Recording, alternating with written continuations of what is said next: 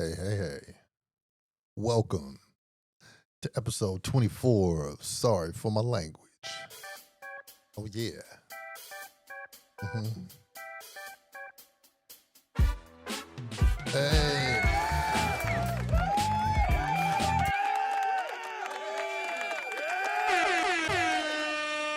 it's a celebration sometimes. Welcome to Sorry for My Language. I am your host, Grindstone, and this is my show. This is my world. I'll be adjusting this mic periodically to see what catches the sound the best. Because I got something profound to say. Sorry for my language. Sometimes, I might color outside the lines and I might say some 4 letter or 4 syllable words. So in the beginning, I ask of you to accept my apologies on Sorry for My Language. You promise you'll do it? Can we be friends now? We're good? All right. Yeah. So I would first like to give some props to our sponsor, Grindstone Universal. Oh, yes. Grindstone Universal. Go to grindstoneuniversal.com. It's the place where progress is made and truth is revealed. It's just as far as your fingertips can carry you on your computer, or on your phone, on your device. When you see this logo, you know it's real. You know it's real. You know it's real. Grindstone Universal. We stand for some. You know it's real. We been here, been real. Ooh, I get carried away sometimes. I get the carried away. So yeah, grindstoneuniversal.com, where progress is made and truth is revealed. We're the epitome of urban luxury. And this jacket that I'm wearing right now, hold up, let me move this out the way. Fuck, you'll catch me. Yeah, you see this? This jacket that I'm wearing right now?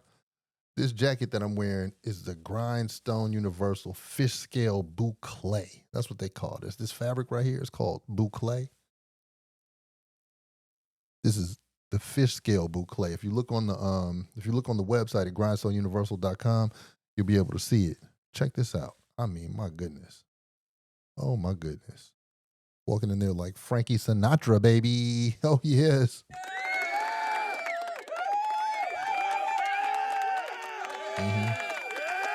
All right, guys. Yeah. Enough. You're making me blush. You're making me misty. So anyway, here we are. 2020 Fees Knife. And so many things are changing. So many things will make you rethink, recalibrate where you stand as a person in business or where you stand as a person. Now, understand, where you stand in business is where you stand as a person. Because ultimately, your personal constitution is the constitution of the business. The person is rarely greater than the business. And that's what I'm talking about today. I'm talking about not only business, but your artistic integrity. Okay. So, and the integrity that you might have when you deal with other businesses. So, we're here in February, which should, I mean, since we changing the names of everything, it should be called Black History Month. Just like drop February, because I don't even know what that word means, and just call this Black History Month. Here we are in Black History Month. People just wanted to conveniently skip over Kwanzaa, like that never happened. Like that's not a unifying week. If you follow the principles of Kwanzaa and take those throughout your journey in the year, just wanted to skip right over that. You know, unity, collective work and responsibility, purpose, creativity, all those wonderful things. Just gonna skip over that. Okay, but we gonna get February. It's Black History Month because the only reason we have to have that is because the history of black people in this country gets dirt kicked on it all the time. So I say that to say, in the wake of so many things happening, we have people debating places. Well, not debating, putting up boycotts for places like Target and other places that drop their diversity, equity, inclusion programs. Now let's think about that. I think that your financial responsibility is the one that sticks out above and beyond anything else when you're trying to build um, a community. It's family, family builds community, and these two things stay insulated through practices and morals, and these morals are sustained externally through the way you spend your money and your time. The way you spend your money and your time is the glue that binds. Am I right? You know where I learned that? Oakland, California, that's where I'm from. Don't stop macking. Okay. Yeah. In a place like Oakland, and I've been loving on Oakland a lot this month. I really been loving on Oakland. Oakland is a place that where uh man, just communally we learn so many things, and that's why I speak on community. That's why I speak on the way your finances are gathered. That's why I speak on so many things that are grounded in universal principle if you want to build or destroy. But Oakland was really on the cutting edge of that since whenever. I mean,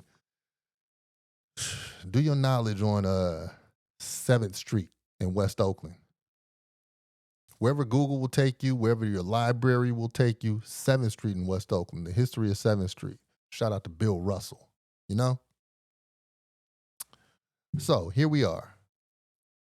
Diversity, equity, and inclusion practices have been reversed, and places like Target on February 28th are talking about, well, people are talking about, let's boycott them, right?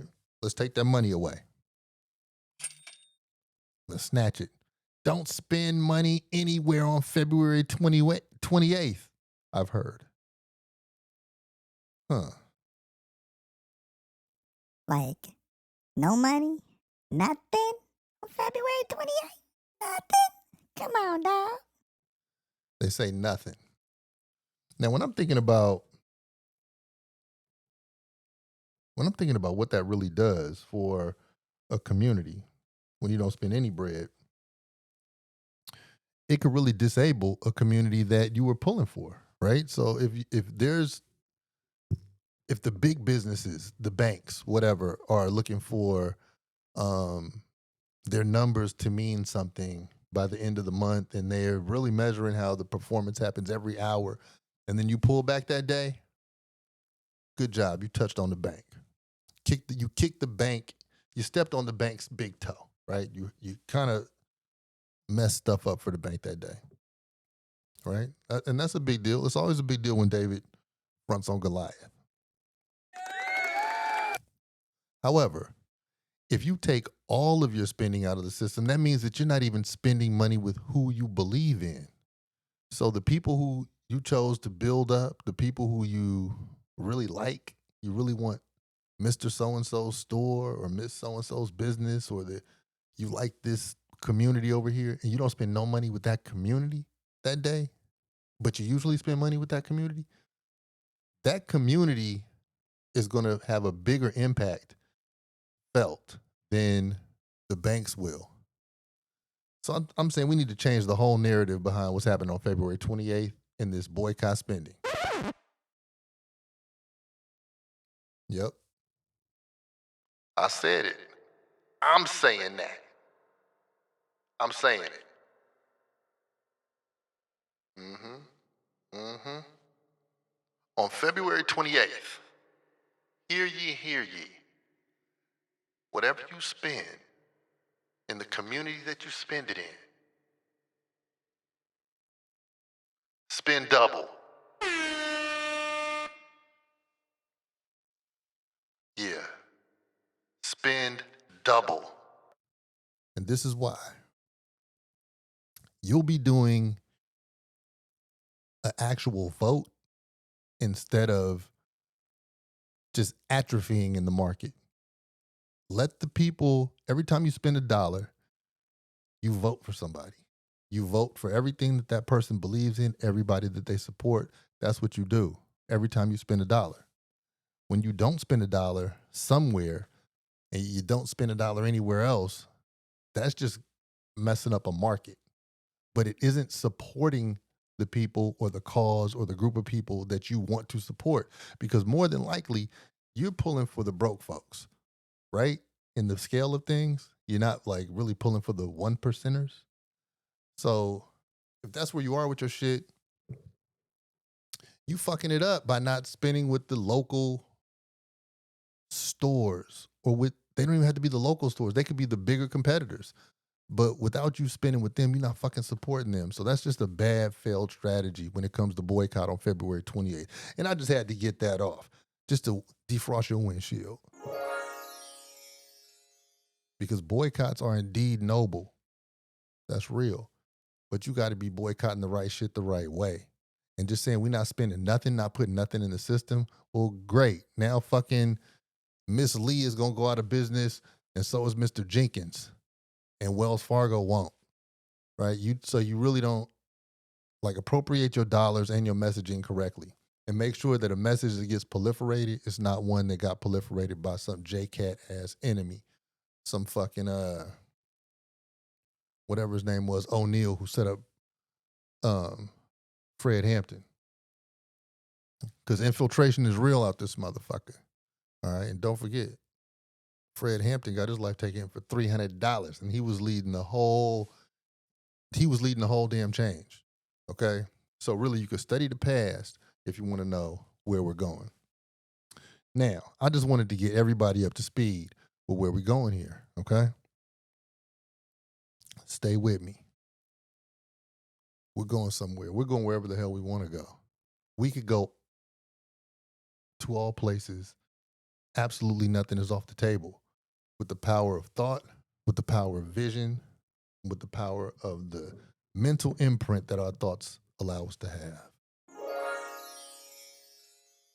So it brings me to, when it comes to spending your money, when it comes to spending your time, when it comes to using your support, the support that you have so powerfully given to several things that have grown due to your support. When I say you, I mean you individually, and I mean you in mass.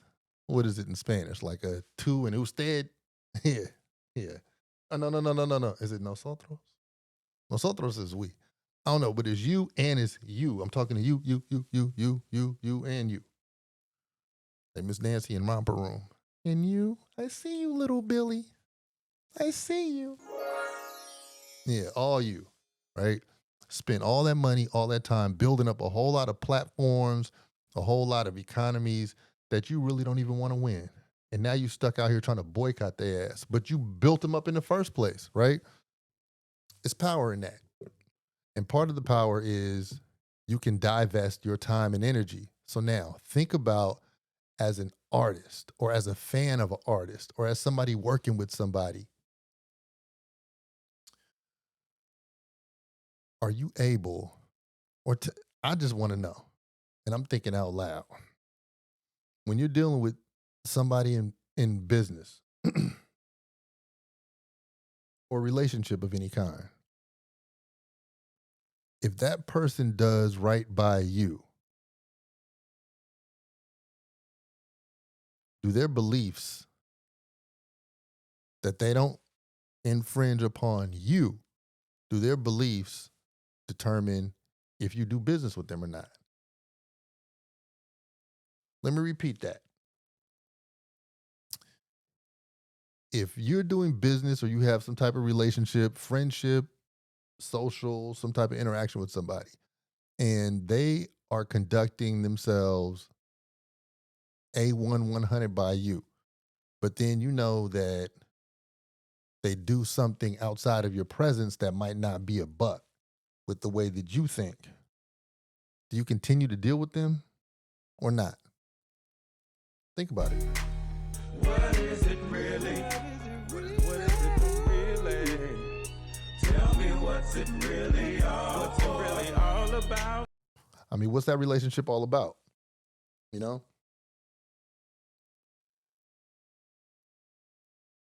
Sometimes it's kind of tough for me to really know what that type of relationship is all about. Like, I need to know, well, sometimes I don't even need to know. You know, like, say if say if you have, I don't know, say if you have a good friend, right? I'm not even gonna take it to business yet. You have a good friend, and that good friend is different from you. Ooh, this is a good one, right? Let's just say they're different. You and them just aren't the same. It's okay. Isn't that diversity, equity, and inclusion? This motherfucker's different. What if they're gay and you're not? Okay. I have to go straight to the gay. Hold up. What if they're Republican and you're Democrat, right? America, that's what everybody tripping off of. Somebody Republican, somebody Democrat. What if they're a gangbanger, and you're like I don't know, you run a soup kitchen. Can a gangbanger not help you at your soup kitchen because of what they do? At what point do you draw the line with what you know about somebody and the proximity that you allow them to get with you, even if it was in the spirit of building? How do you handle that? This is just something to consider. I don't have the answers. I just got my own answer for how I actually handle stuff. And it's a good evaluation. Right now it's time to take a water break. Yeah. If you dry it out, I ain't fooling with you.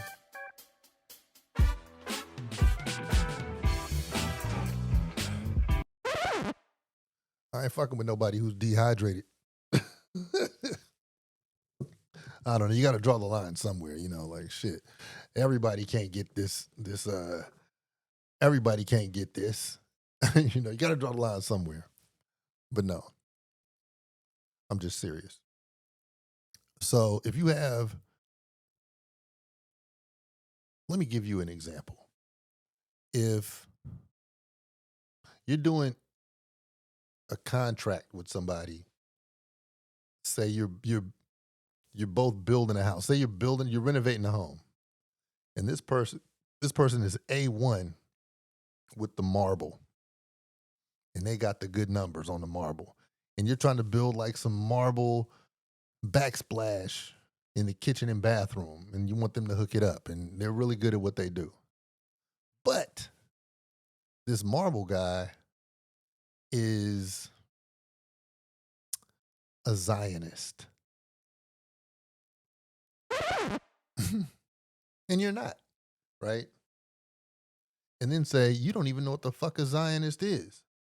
But then one day after you all are great friends and all that shit, that person says, hey, this is how I feel about this. Okay.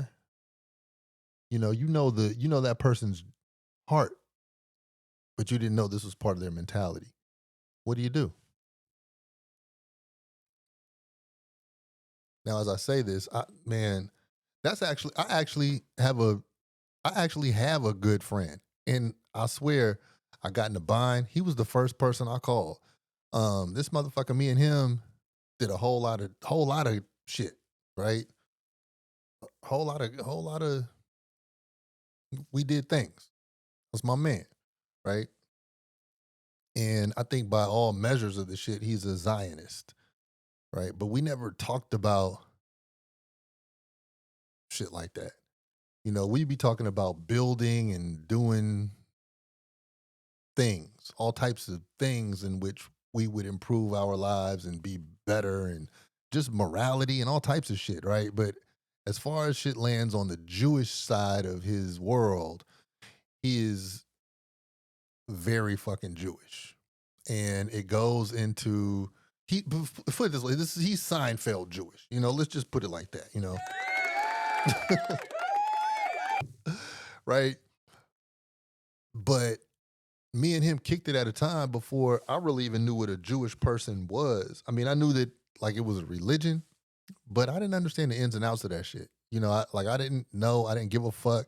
Are you a good person? Are you not? Like I didn't know. So it wasn't something that I even evaluated, I still don't. Not unless the person's like an asshole, like well, fuck his name. I'm not even gonna put his name out there, but like it just be certain people who are assholes about that shit, right? But people have staunch beliefs on certain things. And so finding out that he does have certain beliefs, would that make me stop fucking with him? Nah, it wouldn't. That didn't. That's my man. I fuck with him, right? We connect on a level that's human, and I believe there's a certain human level that exists long before long before ideals existed. Now, does he do shit to harm people? Nah, not as far as I know. Now, if he did, this is where I'll draw my line. If he did do shit to harm people, that might be where I would draw the line.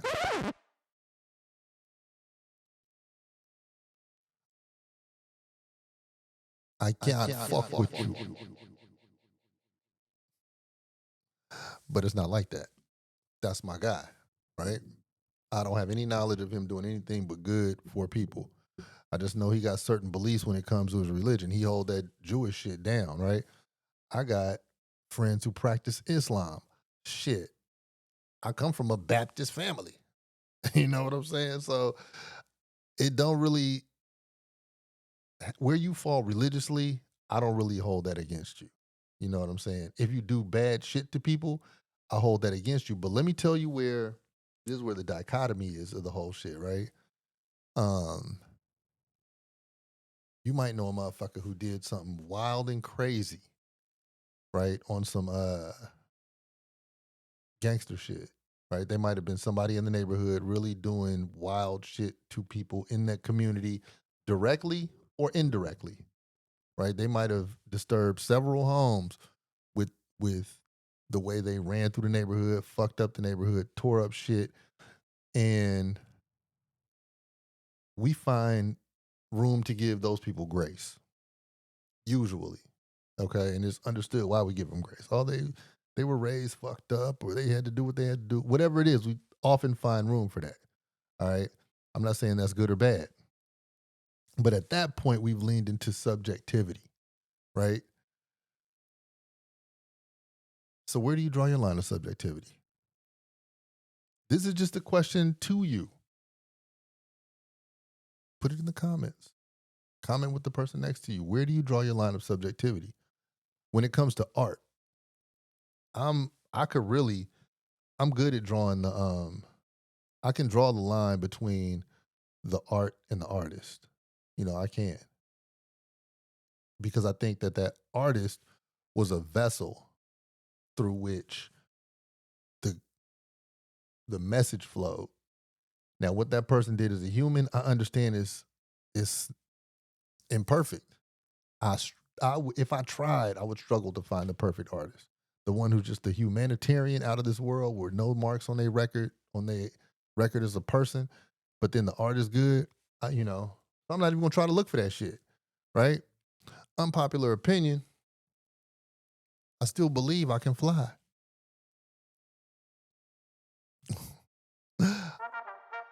Oops. I still believe I can fly, right? Don't you? I mean, and I'm gonna tell you, you know, R. Kelly, that boy did some wild shit. Like I wouldn't make music with him, and I don't reach for his music now any more than I did when he was alive and kicking. But it ain't absolutely fucking no way that I'm gonna say he was not the most talented person on the scene at the time he was doing his motherfucking thing. I just can't say that. I can't say that James Brown was not the most talented guy on the scene. Now, yeah, James Brown beat his wife, right? James Brown did a whole lot of drugs, right? Sly Stone did a whole lot of drugs. I mean, like, you know, but how far are you willing to judge and where do you draw your line of judgment? I don't know. Like, you know, I can't line 10 women up either and say, like, there's Miss Perfect, there's Miss Perfect, there's Miss Perfect, you're Miss Perfect. I can't do that. Right. So the big question is where do you draw your line between the art and the artist? Or where do you draw your line between your proximity of who you're going to fuck with and who you're not going to fuck with? Now, wherever you draw that line, I don't think it should be a squiggly line. I think it should be a firm line. And there are some people who They pull up. I can't fuck with you. I can't fuck with you. I don't care what the money is involved. Certain people I just can't fool with, you know? Because I made a decision.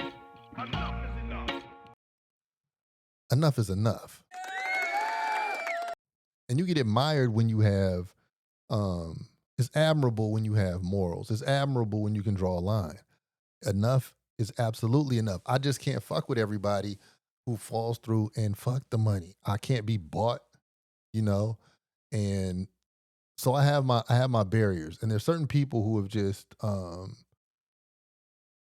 they've just really done things that I've seen that I know that really if I was around them, it would probably be a hazard because not only would they tempt me to get out of character and get in a bad mood and do something to them, but I don't know who else is feeling that way. So if I'm with them, it looks like I'm co-signing that shit. That's why you got to choose your company wisely, right? So certain people, man, I don't really care what's going on. I can't fuck with them, you know, and they cross the line where I draw my integrity line. Um, there's certain people who I know if they don't, because first of all, this is how I feel. Tell them how you feel, son.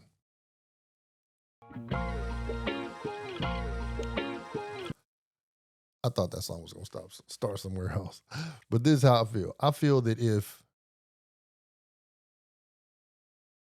you are a person doing the work and you amplify your work somehow, whether it's through a mic device, a camera, or whatever, or you just command attention, I think that it's I think that your moves, fuck what I think. I like you more. I'm drawn to you if your moves are for the liberation of oppressed people, especially if they're for the liberation of your oppressed people, especially if your oppressed people and my oppressed people are the same, especially if your oppressed people and my oppressed people have the same oppressor. We're bound to be close if you're doing the work of liberation. You could be liberating the mind, you could be liberating people financially. Whatever work you do, it's important and I'm drawn to you. If you, and just that simple, if you actively defend the oppression of people first, but then the oppression of people who are my people second, then you are my enemy too. So it's like a friend of my oppressor is also my enemy. You know, so like if you're using your stage, your platform, your um whatever it is to oppress people, I can't really fuck with you. You know, so it gets really interesting where we draw our lines. Now, take Edward Snowden, for instance. Edward Snowden, he worked for that law firm Booz Allen, and he had all the inside info. He's pushing buttons, pulling strings, he's doing all types of shit in the name of the government, right? Now, I don't know Edward Snowden, but if he worked there and I knew what he was doing, I'd have probably been like, man, I can't really fuck with that dude. He's a Fed, right? If I knew what he was doing. But the irony of that is that I had a girlfriend years ago who worked at Booz Allen at that time.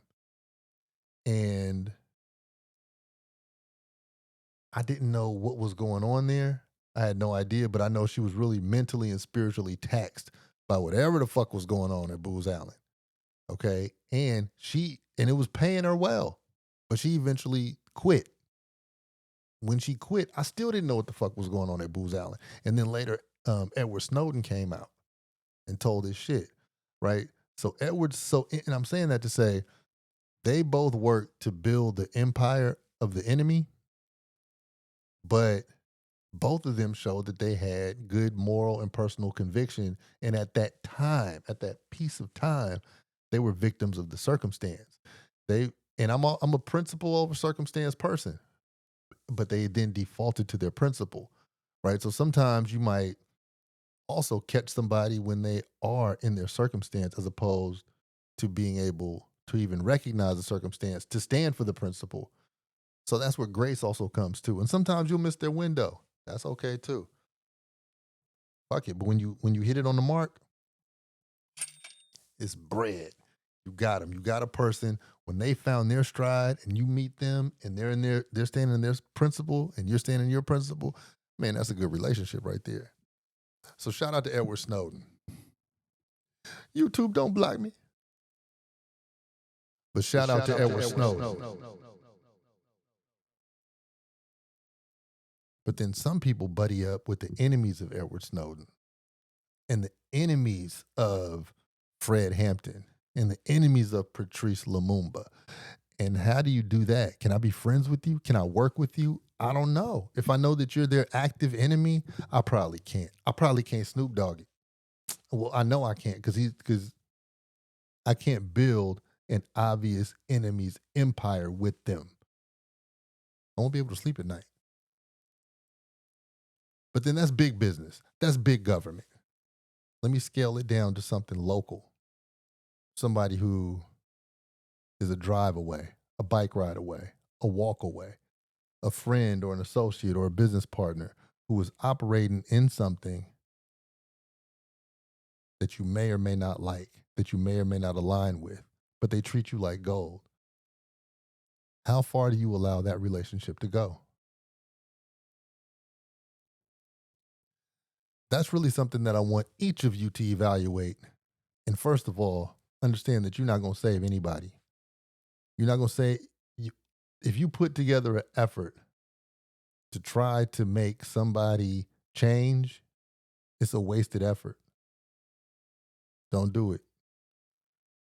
The effort that you have to put if you desire change from a person is to be the example for that person to follow or be the support that they need when they are looking for support or when they're trying to stand. But you can't look at a standing person who's standing hard in their conviction and think that your advice is going to pull them out of that. It's not going to happen. Stop being so optimistic. In those situations where you don't align with somebody, you have to understand it is what it is. I'll give you another beautiful assumed example. So I drive an old school car, right? 67 Ford Galaxy, American muscle, shining like a diamond. Ooh, sleek as sleep, beautiful in the mud, right? I mean, the car looks like this in real life. Sweet than a motherfucker. You ain't gonna find this joint. Well, because it's a 67, it's not a lot of mechanics who gonna work on that. Right? They like the young boys, they don't even know what to do with the shit. But shout out to American Muscle. They don't know what to do when they see a 67 Ford pull through, right? They're like, where's the digital console? Bitch, this ain't digital, nigga. This ain't digital. So I gotta find the grease monkeys.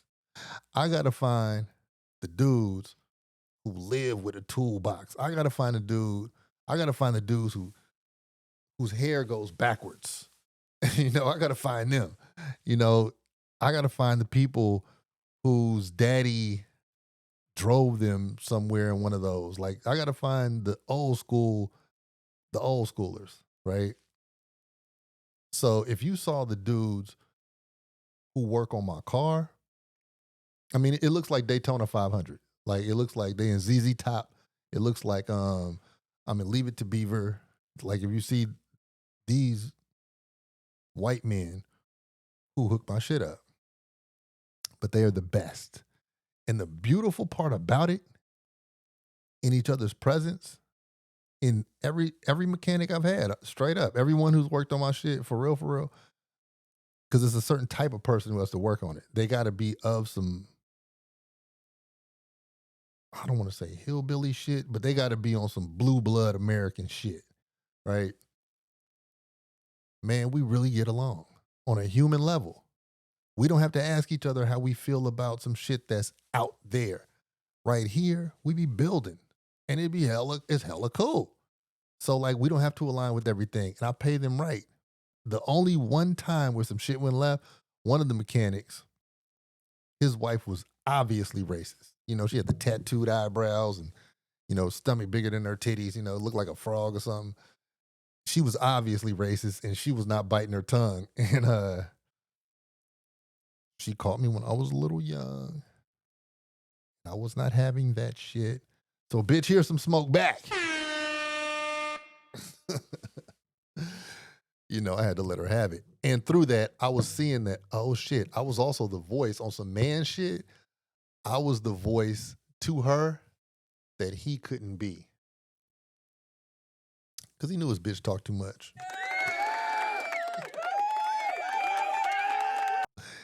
He knew that somebody needed to civilize that. She popping out, bitch, you ain't screwed in their boat. The hell you talking about? Why are you even talking to me? Shut your frog looking ass up. Anyway, that wasn't the conversation that we had. But on some cool shit, we bonded, man. That was my guy. I could call him up. We could talk some shit about suspension, air shocks, posi rear, all types of shit, and it was cool. And it was cool enough for him to allow me to learn from him. Right? I learned a lot from him. And I learned a lot from the dudes. I call them grease monkeys, and that's not at all pejorative. It's just something where it's a certain type of person. They use like a Baraxo soap. Nigga, do you use Baraxo? They be using soap that's like powder that gets the grit out. They wear that Dickies. That's all they got is Dickies. But they got classy, respectable individuals. Wake up at 5 a.m. type guys. Yeah, I fuck with them. Shout out to y'all. If your mechanic don't get up at 5 a.m., he probably not adequate for the job. Definitely not as an old school mechanic. He can't get your classic together. My man's got to wake up with the rooster crowing, and he damn near got to own a rooster. But the odd thing about these dudes, side note, they be lightweight caked up. Don't sleep. Don't sleep. They get up out that dicky shit. Man, they having it how they want it. Yeah. Something to be said for hard work, you know? So anyway, I'll do business with them. I'm not familiar with them harming people, or doing things that just go against my constitution, even though it's quite obvious that in certain things we have different ideas of utopia. But it's obvious that we have certain things that align as well that have nothing to do with financial gain. Just we understand something about humanity where we bond and the shit be cool, right? I don't ask them about their moral deficits. They don't ask me about mine. So you, O ye, who stand in judgment of everyone, what makes you think you're so perfect? Should one work with the judge of people? Or should one judge the judge of people? Or should someone avoid one who judges people? Why do you judge people so fucking much? Where do you draw your line?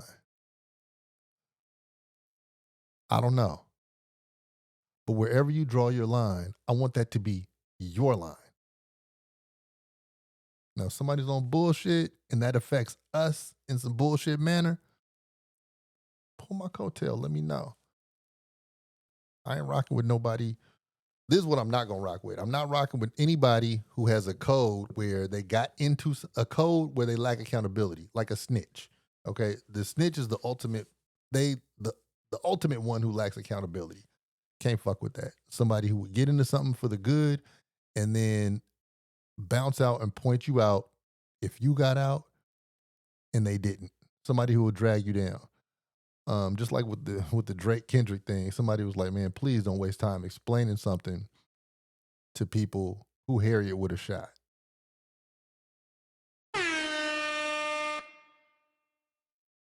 Please don't spend your time explaining something to anyone who Harriet would have shot. If that went over your head, then Harriet probably would have shot you too. Man. But to make a long story shorter, always remember, and on the inside of every single grindstone tag, like whenever you get a grindstone garment, dropping shit. Whenever you get a grindstone garment, you see this? Like this jacket, on the inside of every tag, it says loyalty is greater than wealth. Loyalty is greater than wealth. Don't forget who you came to the dance with, Tootsie. Don't forget, loyalty is greater than wealth. And a lot of times people forget that. People tend to think like, shit, I got to get my money on. I'm going to go over there. Okay, well, just how that money walked in the room, that money going to walk out the room. You better check with who walked you in the room. You better check your base before you chase that waterfall. And then if it's okay, then chase the waterfall. It's probably not a waterfall. It's probably like something real. But loyalty is greater than wealth. That's one. Another thing to stick by is that principle will always be greater than circumstance. Don't forget that. So, when it comes to your moral compass, I just want to make sure that your moral compass is calibrated, mine is calibrated. And when it comes to separating the message from the messenger, like don't shoot the messenger, right? You know, if it's music, sometimes you got to press play. Sometimes you don't want to meet your heroes, you know? It might be a little too much if you meet your heroes. But don't think that you are the one to sit in perfect judgment of someone else. You just have to know where your line is firmly drawn, and that's your business. And you could tell somebody else your business, but at that point, you're kind of gossiping, right? Maybe not. I don't know. This is just discourse. This is something for you to consider, something that I was marinating on. But whatever it is, make sure your line of distinction between what you're fucking with and what you're not fucking with is a firm, straight line. Don't let it be a squiggly one. Don't let it be erasable. Because your principles are greater than your circumstance. Your principles are greater than your circumstance. You'll never play yourself out of position if you stick to that. And so for right now, you know, on that topic, that's just about all the game I got. I just wanted to kick that out there. I just wanted to have a minute where I could just really mull over a topic, one that small decisions can make a big decision for you later. And those who continue to compromise in the small decisions, they're making a big decision for themselves. Some people make a lifetime decision when you're off your square. So just know where the lines of your square are drawn. And in the meantime, go to grindstoneuniversal.com. I'm Grindstone. I wish you peace. Only if you're willing to stand firm for it.